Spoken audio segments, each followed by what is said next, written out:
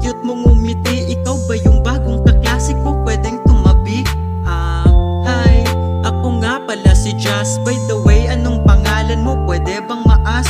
Okay lang ba talaga sa yung tabi umupo? Sabihin mo kung hindi o kaya lilipat ako.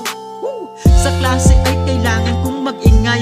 Oo, sa klase ay kailangan ko ang magpasaway. Planado ang mga to, nang mapansin mo yun ng pakay. At dumating sa puntong kau na sumasaway. Sa wakas